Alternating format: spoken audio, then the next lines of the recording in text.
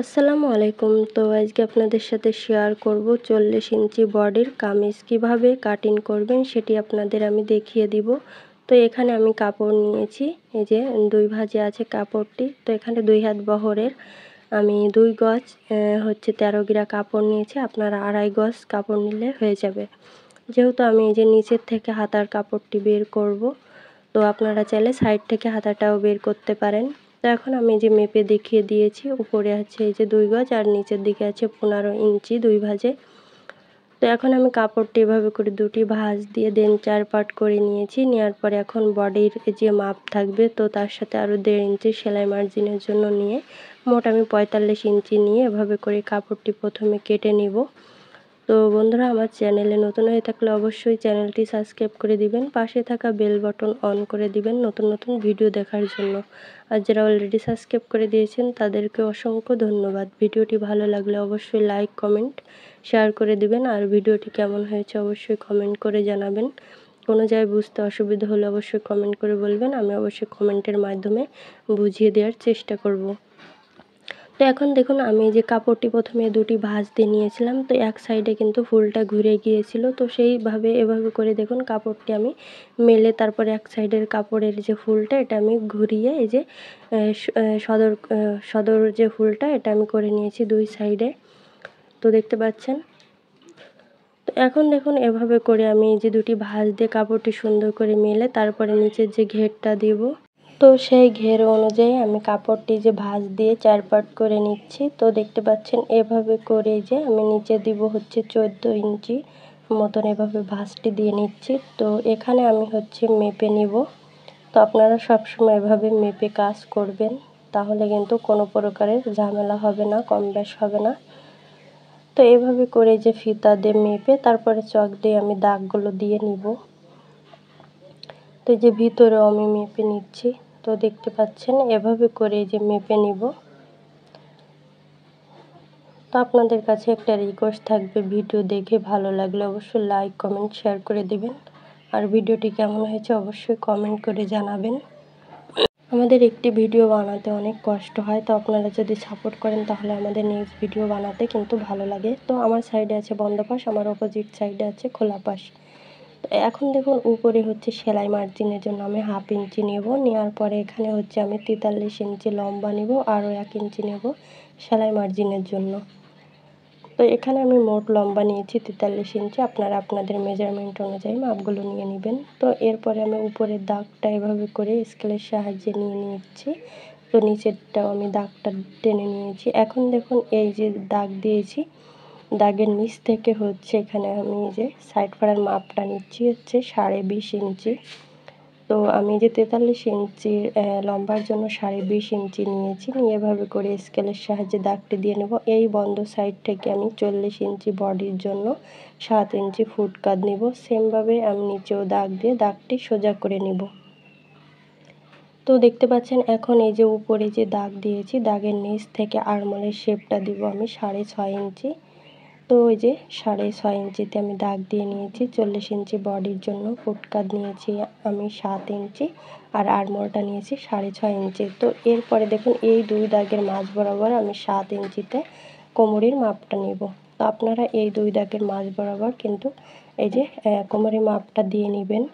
তো তারপরে দেখুন আমি হচ্ছে যে গলার পাশে আমি 2.5 ইঞ্চি নেব। সেলাই দেওয়ার পরে এখানে 6 ইঞ্চি থাকবে, আর গলার লম্বাটা আপনারা কম বেশ করে নিতে পারেন 4 ইঞ্চি কিংবা 5 ইঞ্চি, আর সামনেরটা 6 ইঞ্চি 7 ইঞ্চি। তো এরপরে এই কর্নার থেকে 1.5 ইঞ্চিতে দাগ দিয়ে এই 2 দাগের মাঝ বরাবর দাগ দিয়ে তারপরে মিল করে নিব। যেহেতু আমি সামনে পেছনে গলাটি আমি ছোট বড় করে দিব, তো তার জন্য এখানে হচ্ছে আমি 1/2 ইঞ্চি তালপাট কেটে নেব। তো আপনারা যদি সমান গলা দেন তাহলে একটা তালপাট কাটার প্রয়োজন নেই। তো তাহলে আশা করি বুঝতে পেরেছেন। তো এরপর হচ্ছে আমি এখানে যে উপরে কাঁধে 1/2 ইঞ্চি ডাউন করে নিব, কাঁধের এই জায়গাটা, তাহলে শেপটা ভালো আসবে। তো এরপরে হচ্ছে আমি বডির মাপ নেব। বডি হচ্ছে 40, 40-এর 4 ভাগের 1 ভাগ হচ্ছে 10 ইঞ্চি, আরও আমি 1.5 ইঞ্চি নেব সেলাই মার্জিনের জন্য। আপনারা চাইলে এখানে 1 ইঞ্চিও নিতে পারেন। তো এরপর কোমরে মাপ নেব। কোমর হচ্ছে 34, 34-এর 4 ভাগের 1 ভাগ হচ্ছে 8.5 ইঞ্চি, আরও আমি 1.5 ইঞ্চি নিয়েছি সেলাই মার্জিনের জন্য। তো এরপর আমি হিপের মাপ নেব। তো হিপ হচ্ছে 40, 40-এর 4 ভাগের 1 ভাগ হচ্ছে 10 ইঞ্চি আর আমি 1.5 ইঞ্চি নেব সেলাই মার্জিনের জন্য। তো আপনাদের যদি 38 ইঞ্চি বডির নিচে হয় তাহলে আপনারা স্কেলটি এভাবে করে মাপ দিবেন, আর 38 ইঞ্চি উপরে হলে আমি যেভাবে করে স্কেলের মাপ দিচ্ছি এভাবে করে আপনারা দাগটি টেনে নেবেন। তো এরপরে হচ্ছে আপনাদের নিচের ঘেরটা আপনারা কি হিসেবে নেবেন, অবশ্যই হিপের মাপের সাথে এই যে করতে হবে। তো এখানে আমি হিপের মাপ নিয়েছিলাম 10 ইঞ্চি। তো আরও হচ্ছে এখান থেকে আমি এই যে 3 ইঞ্চি নেব, আরও আমি 1 ইঞ্চি নেব সেলাই মার্জিনের জন্য। আপনারা চাইলে এখানে এই যে একটু কম করেও নিতে পারেন। নিচ থেকে হচ্ছে আমি 1 ইঞ্চি নিয়ে এভাবে করে এই যে দেখুন কোনা করে দাগ দিয়ে নিয়েছি যাতে কোনাটা ঝুলে না যায়। এখন আমি দাগ অনুসারে এভাবে করে দাগগুলো টেনে নিব। এখন এই দাগ অনুসারে আমি কেটে নিব। তো দেখতে পাচ্ছেন এভাবে করে এই যে আমি দাগ অনুযায়ী কেটে নিচ্ছি। আর এখানে কিন্তু একটা জিনিস মাথায় রাখতে হবে, প্রত্যেক 2 ইঞ্চি বরাবর কিন্তু মাপ এবং মার্জিনগুলো অবশ্যই চেঞ্জ করতে হবে। সব মাপ কিন্তু এক বডির মাপে দিলে হবে না।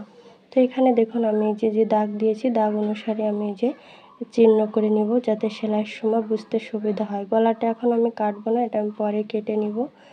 তো বক্রম দেব এর জন্য। এখন দেখুন আমি পেছনের পাটটি সরিয়ে সামনের পাটে যে তালপাট দিয়েছি 1/2 ইঞ্চি, তো সেটা আমি কেটে নিচ্ছি। তো শুধু সামনের পাটে কাটতে হবে, পেছন পাটে কাটা যাবে না।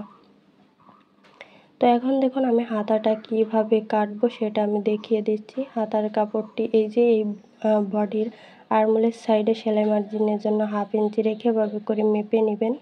তো এখানে 10 ইঞ্চি আছে, এই অনুযায়ী আমি হাতাটা কাটবো, তাহলে কম বেশ হবে না। তো এখন এই যে নিচ থেকে যে কাপড়টা বেঁচে গিয়েছে, তো সেই কাপড়টা এভাবে করে দুটি ভাঁজ দিয়ে 4 পাট করে নিব। তো এভাবে করে কাপড়টি সুন্দর করে কিন্তু মেলে নিতে হবে যাতে কোনো প্রকারের ঘষ না থাকে। তো দেখুন এভাবে করে এই যে এখন আমি মেপে দেখাচ্ছি। নিচে আমি যে 1 ইঞ্চি নিব, এটা মোহরির জন্য নিয়েছি, সেলাই মার্জিনের জন্য।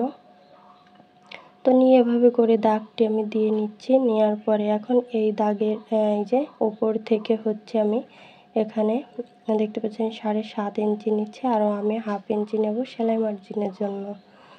তো এখানে আমি মোট 8 ইঞ্চি নিয়েছি। ওই পাশে উপরের দাগ থেকে আমি 3.5 ইঞ্চিতে দাগ দেব, এইখান থেকেও আমি 3.5 ইঞ্চিতে দাগ দেব আর্মহোলের শেপ দেওয়ার জন্য। এখন আমি দাগগুলো এভাবে করে স্কেলের সাহায্যে সোজা করে নিব।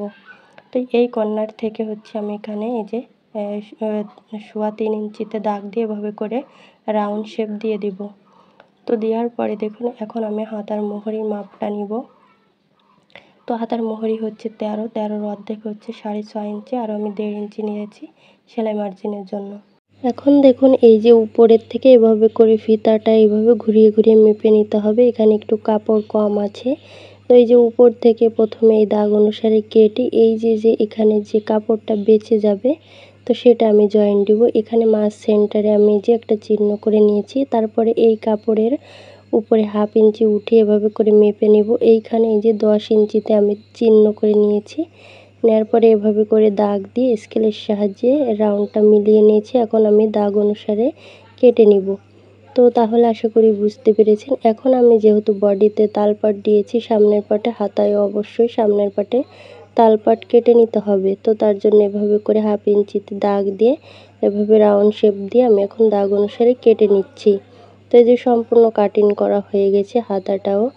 তো দেখতে পাচ্ছেন এখন হচ্ছে আমি গলার ডিজাইনটা কাটিং করব। তো আপনারা আপনাদের রুচি অনুযায়ী ডিজাইন করে নিতে পারেন। আমি এখানে চওড়া নিয়েছি 8 ইঞ্চি, আর লম্বাটা আমি যে যতটুকু প্রয়োজন ততটুকু নিয়ে নিব। তো এখানে দুটি ভাঁজ দিয়ে নিচ্ছি।